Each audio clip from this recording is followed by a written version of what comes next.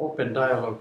is an approach that was originally generated in Finland, in northern Finland, for making a change in the psychiatric system.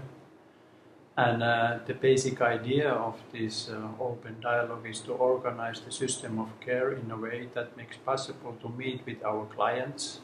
in a very early phase of their crisis, together with their families, by making an integration of the different services needed to adapt to the unique needs of every client,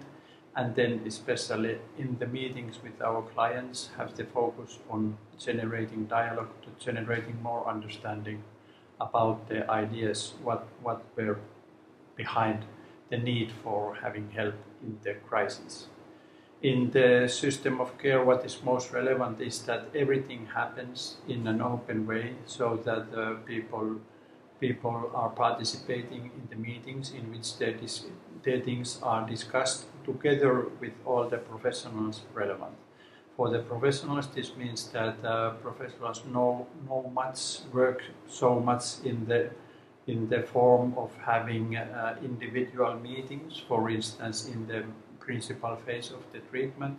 but doctors, psychologists, nurses, social workers and others, if needed, come together, work in a team and meet with the client and meet with the family included if possible. The idea of organizing this type of dialogues seems to include some basic elements to be organized. First of all, organizing the system of care in a way that there is possibility to meet with our clients within crisis, within 24 hours in the beginning,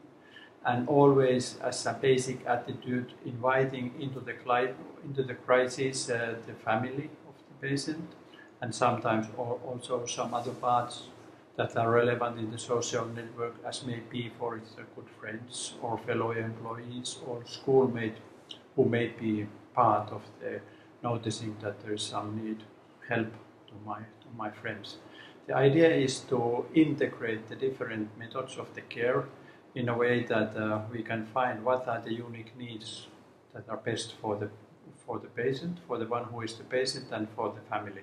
Also, to make this possible, the staff members seems to learn the idea that they really need to be available by taking responsibility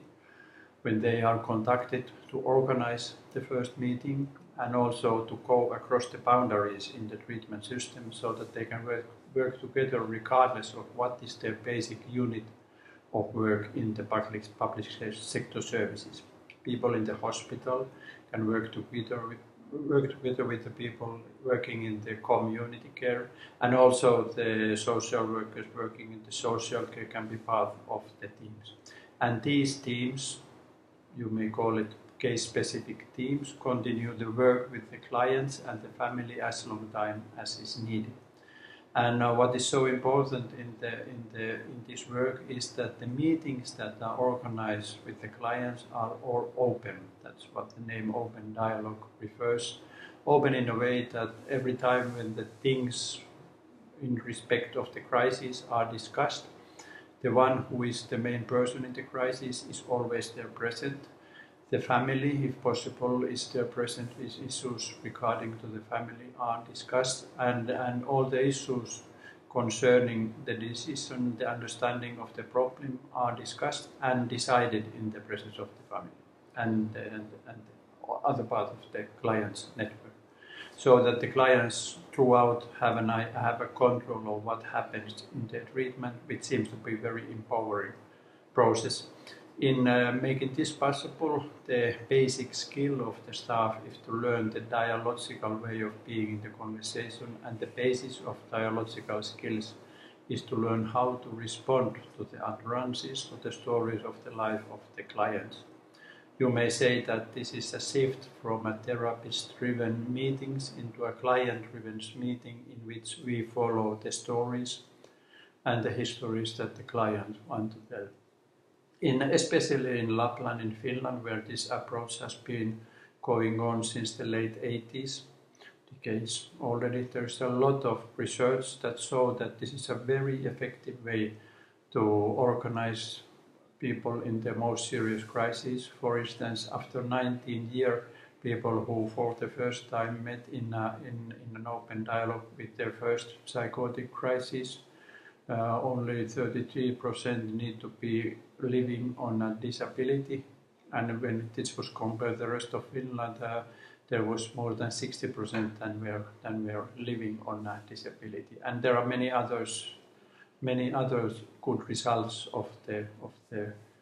approach. One idea, one part of the developing the open dialogue approach has been to introduce two issues more, and this is the issue that there always need to be a possibility to evaluate their own practice, so that we have the control of our own practice, which means to include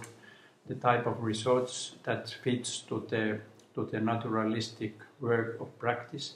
And secondly, there is a need to have all the time ongoing educational program for the staff, because the dialogical way of working really seems to be quite challenging. But if this is adopted, we have a lot of confiance to the idea that this is very good way and humanistic way of helping the people in their crisis.